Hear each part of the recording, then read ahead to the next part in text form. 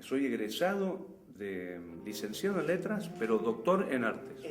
Porque cuando yo ingresé en la facultad no existía artes combinadas. Entonces me recibo en letras, pero después ya entro a dar clase y a hacer el doctorado en combinado.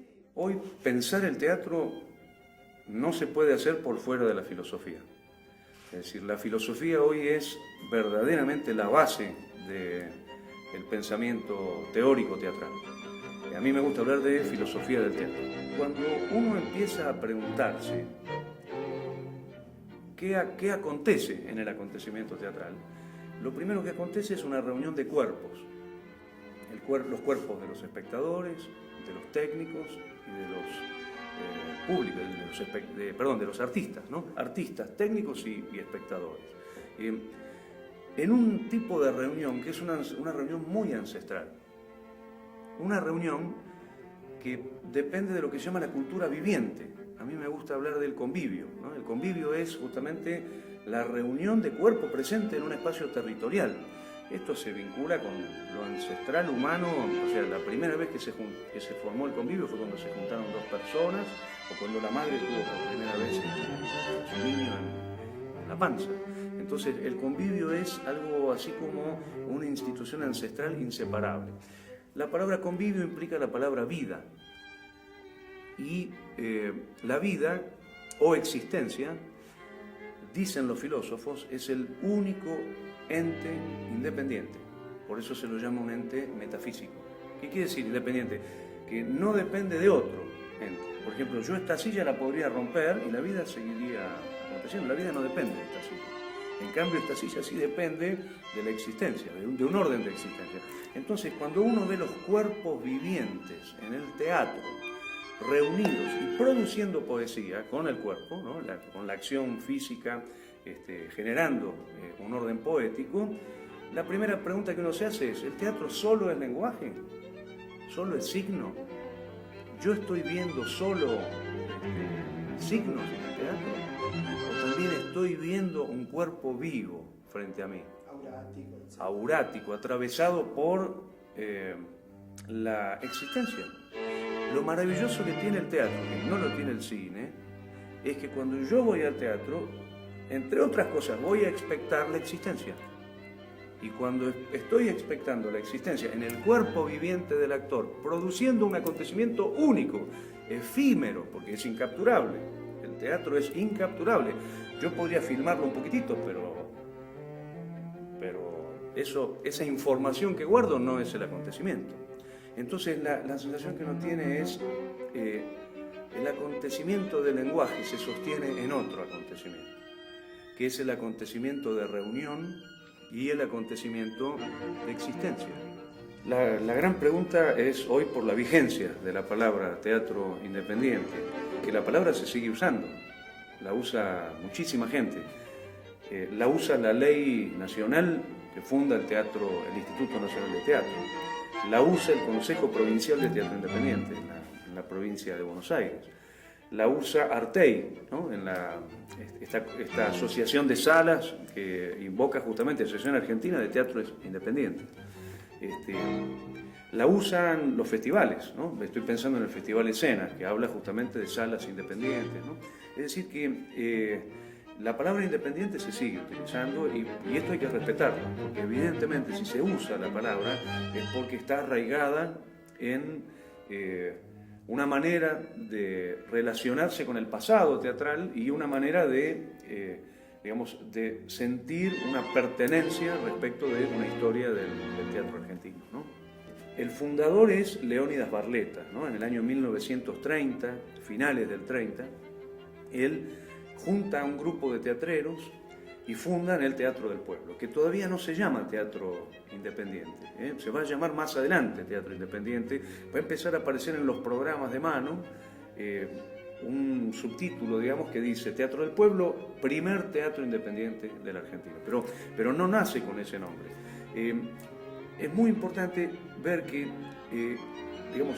Barletta no inventa totalmente el Teatro del Pueblo, sino que ya viene de la experiencia de grupos de izquierda que hacen un teatro que ellos llaman teatro experimental. Grupos de teatro experimental en la década del 20 que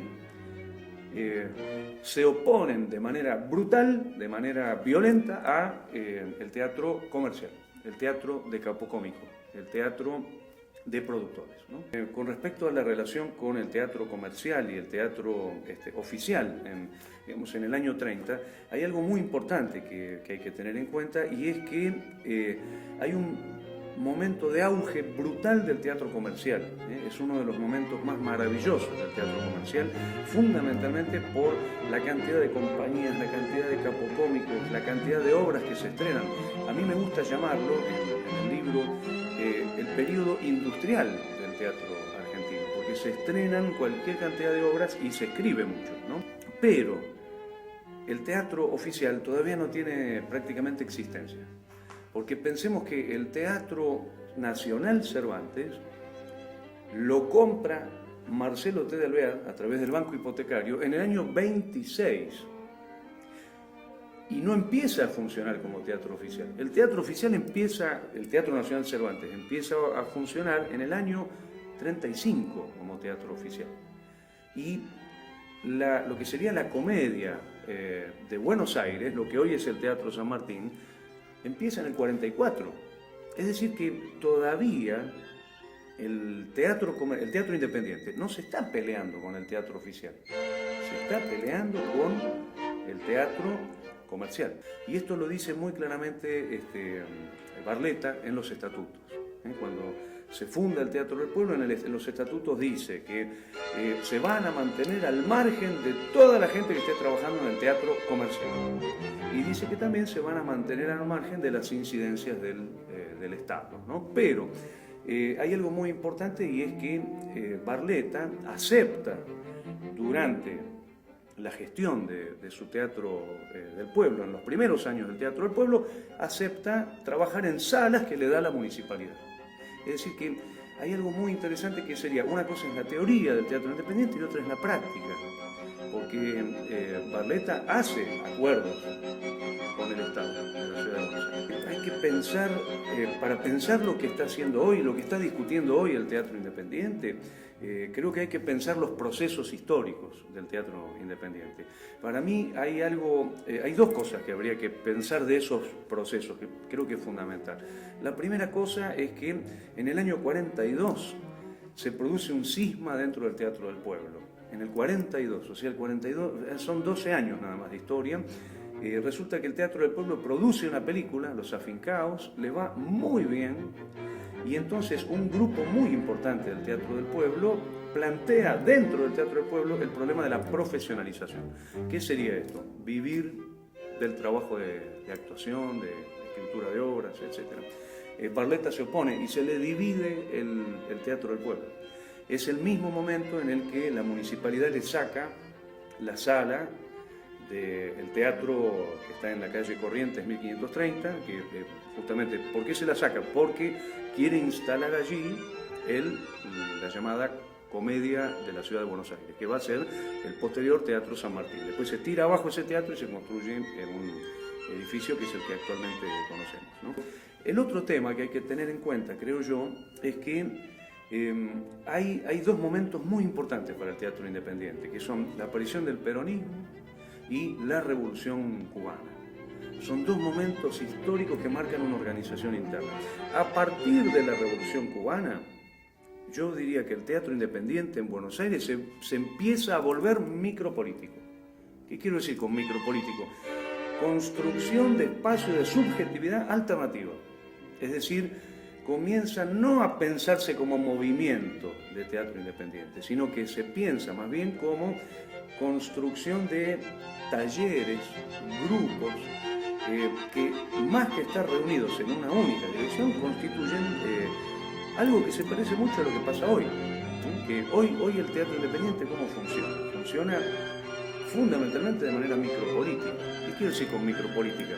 Fundado en el deseo, fundado en la construcción de una subjetividad específica, fundado en una relación muy diversa con la macropolítica, que serían los grandes sistemas de representación, ¿no? Y esto, digamos que empieza a aparecer en la década del 60, se profundiza de manera brutal en la dictadura. De esto habla mucho Bartís, ¿no? Bartís dice que a él el teatro, el grupo independiente lo salva de la muerte y se transforma en épocas de prohibición política en un sucedáneo de la militancia, ¿no? Entonces, espacios de resistencia. Desde mi punto de vista, hoy el teatro independiente sigue funcionando como espacios, digamos, de construcción de territorios de subjetividad alternativa y como espacios de micropolítica. El que se está haciendo hoy es un teatro del deseo, un teatro de la subjetividad. Dentro de esta identidad de lo alternativo, de lo que llamaríamos el teatro de territorio de subjetividad alternativa, hay una red, están conectados. Hay una red implícita, por llamarlo así, de teatros independientes que están vinculados y hay un público, además. Con respecto a cómo estarían funcionando hoy los grupos en relación a su dinámica y a los efectos de la postdictadura, yo creo que para mí, por lo que yo observo de mi relación con el campo teatral, una de las grandes constantes respecto de la historia del teatro independiente es la idea de la experimentación, la idea de la investigación, la idea de la no plusvalía, ¿no? Es decir, el no fordismo. Suponete, hablas con un grupo y te dice, mira, venimos hace un año investigando y salió esto, digamos. No sabemos si le va a gustar a la gente, no sabemos si lo vamos a poder sostener.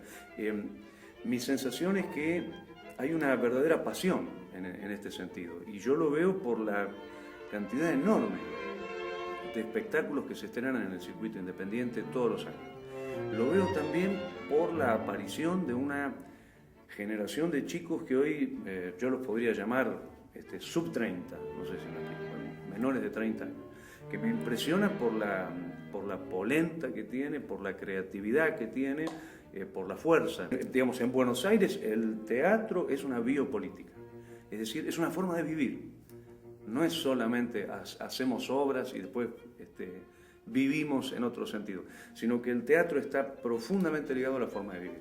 Eso hace que se explique que tengamos por año alrededor de 1000 estrenos en Buenos Aires. Ahora, yo veo dos grandes cambios con respecto al viejo teatro independiente. El primer gran cambio es que ya no aparece la restricción de si estás con nosotros no estás con él, ¿no? Eso es muy importante. Barletta en los estatutos del Teatro del Pueblo dice que se le prohíbe a el tipo que está en el Teatro del Pueblo estar en otro grupo o estar conectado con el teatro comercial. O sea, la idea es, estás acá y solamente estás acá, ¿no? Eso es muy importante porque construye una imagen de amigo-enemigo muy fuerte. En cambio, hoy vos ves que los chicos que están en los grupos independientes están simultáneamente haciendo muchas otras cosas. El otro gran cambio que me parece muy importante es que se cae o entra en crisis, por lo menos, una cosa que sostiene el teatro independiente argentino durante muchos años, y es que el artista es el guía espiritual, moral y político del espectador. Fíjate que vos entrás al Teatro IFT y hay un mural que dice Teatro Escuela de Adultos, ¿no? La sensación es que el teatrero es el maestro que te guía, que te orienta, ¿no?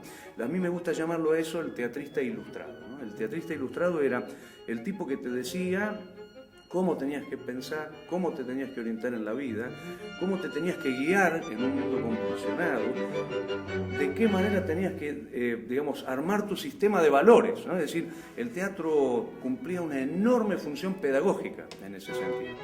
Para mi gusto, digamos, mi manera de ver las cosas, a partir de los años 80, y especialmente, creo yo, por el impacto de la dictadura en la Argentina, se produce una suerte de estallido de las representaciones. Es decir, todo el mundo ve la realidad de maneras muy distintas. Y nadie se atribuye un lugar de marcarle el rumbo a nadie. Esto lo dice Bartiz, esto lo dice Spregelburg, esto lo dice Javier Dolte, y esto vos lo ves en cualquiera de los teatreros jóvenes, que vienen y te dicen, mira, no, yo no le quiero decir a la gente ni a quién tiene que votar, ni qué tiene que pensar. Más bien lo que hacemos es un teatro de estimulación, no un teatro de comunicación, sino de estimulación, ¿no? Para que la gente salga movilizada, estimulada, que piense, que recuerde, que ponga su propia memoria. Entonces, en ese sentido, yo siento que el teatro cambió en su función. Hay una función nueva del teatro, que tiene que ver con la formación de subjetividad, pero a través de un camino de estimulación, no de un camino pedagógico, de enseñar en una dirección macropolítica, ¿no? Y creo que eso hace que hoy haya tanto público en Buenos Aires. Yo lo que creo es que en relación al concepto de teatro posmoderno, ¿no? que se ha impuesto para pensar estos últimos años, yo más bien hablaría de un teatro de la segunda modernidad, más que de un teatro postmoderno. Por una sencilla razón, que si bien el teatro puede plantear límites en la pedagogía, límites en los saberes, lo que plantea es un orden de acontecimiento que vale en sí mismo, como un campo de resistencia, de construcción, de encantamiento del mundo y sobre todo de creencia en el mejoramiento de las cosas. Quiero decir, si uno fuera posmoderno no haría teatro. No sé si está claro. Si uno creyera que se acabó todo, ¿para qué corno te vas a molestar? En una palabra, ya no pasa por los contenidos, sino por el gesto de producción artística. Y yo creo que esto tiene mucho que ver con el público de Buenos Aires, ¿no? Que yo lo noto por la escuela de espectadores, este diálogo permanente. Digamos, ir al teatro es ir a construir subjetividad, no a que me den mensajes esperanzadores o que me marquen el camino político, sino al contrario, es ir a salir de la parálisis emocional e intelectual e ir a producir pensamiento, producir ideas, producir emoción, producir percepción, producir memoria, ¿no? Asociaciones, ¿no? Los espectadores todo el tiempo están en el teatro produciendo herramientas para vivir. Si vos tenés una obra hoy que te plantea o el Partido Radical o sea, suponete, teatro radical, teatro peronista o teatro socialista, la gente no termina de involucrarse de una manera tan efectiva como cuando vos le construís una imagen y el tipo coloca su propia subjetividad en esa imagen. Es un teatro, a mí me gusta pensar un teatro de la estimulación. Vos te das cuenta cuando ves a espectadores que van mucho al teatro, que esa estimulación realmente los coloca en un lugar espiritual, intelectual, político, sumamente interesante, porque les mueve el alma, digamos, los mueve a pensar. Entonces hoy el teatro, si bien ya no reivindica lo otro, digamos que ojalá vuelva, a mí me encantaría, me parece que sería maravilloso volver a tener un teatro macropolítico, pero de hecho no acontece.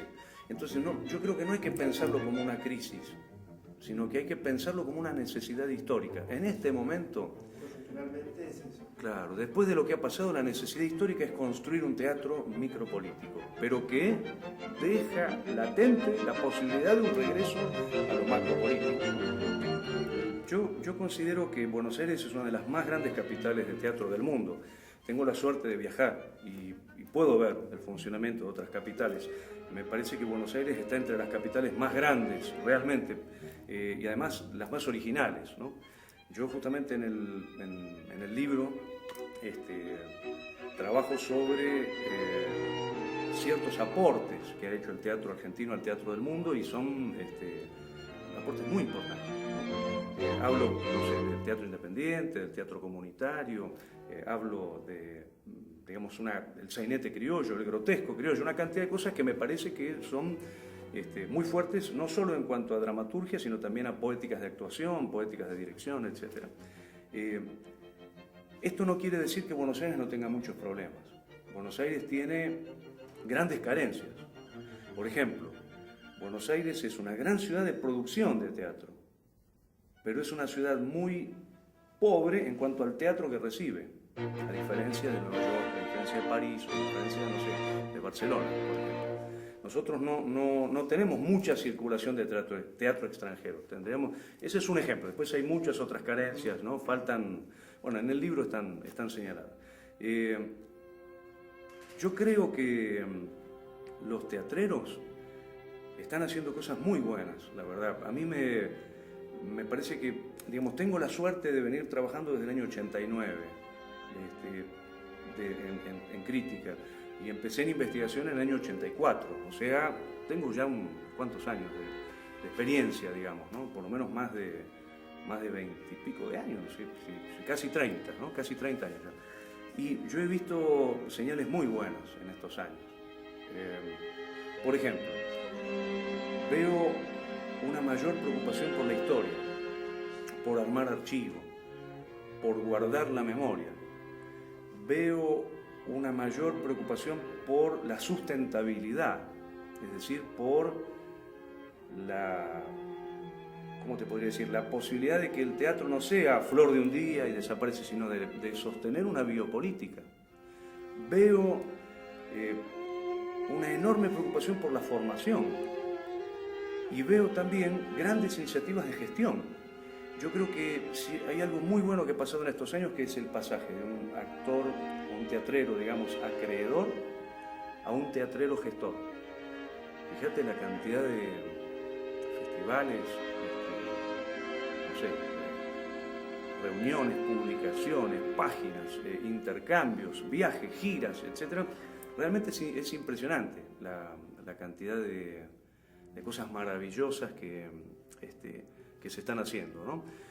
Por lo tanto, mira, yo tengo una sensación que es que los críticos siempre vamos por detrás del campo teatral. El campo teatral va volando y nosotros vamos en bicicleta tratando de seguirlo, ¿no? Es decir, yo siento, por lo menos mi sensación es que, digamos que el campo teatral va mucho más avanzado que los discursos de la crítica. Lamentablemente nuestra crítica está muy pauperizada. Yo la veo cada vez más pauperizada, ¿no? La veo cada vez más empobrecida por muchas razones. Y lo que noto es que el teatro es cada vez más rico, ¿no? Entonces hay un desencuentro en ese sentido. Yo pienso que los teatreros tienen que seguir haciendo lo que están haciendo. Sí tendría que haber un cambio en la crítica, porque tengo la sensación de que en el campo teatral están pasando muchas más cosas que las que la crítica está viendo. Creo que, insisto, el teatro va en jet y el pensamiento va en sulky. Me parece que necesitamos producir una verdadera actualización, una revolución y una sincronización de lo que está pasando en el teatro con la producción crítica. Por lo menos es mi visión, es la visión que tengo desde hace muchos años, ¿no? Tenemos acontecimientos en el campo teatral de Buenos Aires que son arrasadores y que no terminan de ser registrados como tales en el discurso de la crítica y de la investigación, ¿no? Así que bueno, si vos me preguntás sugerencias así para, yo apuntaría más bien a ese lugar. Poder pensar el teatro hoy implica, digamos, volver a la filosofía. Porque hay que pensar cuerpo, hay que pensar existencia, hay que pensar reunión y hay que pensar fundamentos del lenguaje, ¿no? A mí una cosa que me encanta es algo que dice Giorgio Agamben, el filósofo italiano, que tiene un libro que se llama Historia e Infancia, ¿no? Entonces dice, ¿cuándo nace un ser humano? Dice, en el momento en que es concebido, o sea, el momento que se juntan óvulo y espermatozoide, o recién cuando empieza a adquirir las estructuras del lenguaje. Dice. Entonces dice, hay un periodo que podemos llamar del infans, ¿no? El infante, ¿no? Y el infans viene de infale, el que no habla, dice. Hay un hombre anterior al lenguaje, dice. Y dice una cosa maravillosa que para mí es el teatro puro esto. Dice, a pesar de que hemos adquirido el lenguaje, seguimos siendo infantes. O sea, seguimos estando en una zona en la que no hablamos, ¿no? Si hay un lugar del arte donde uno expecta esa zona que no se habla, es el teatro.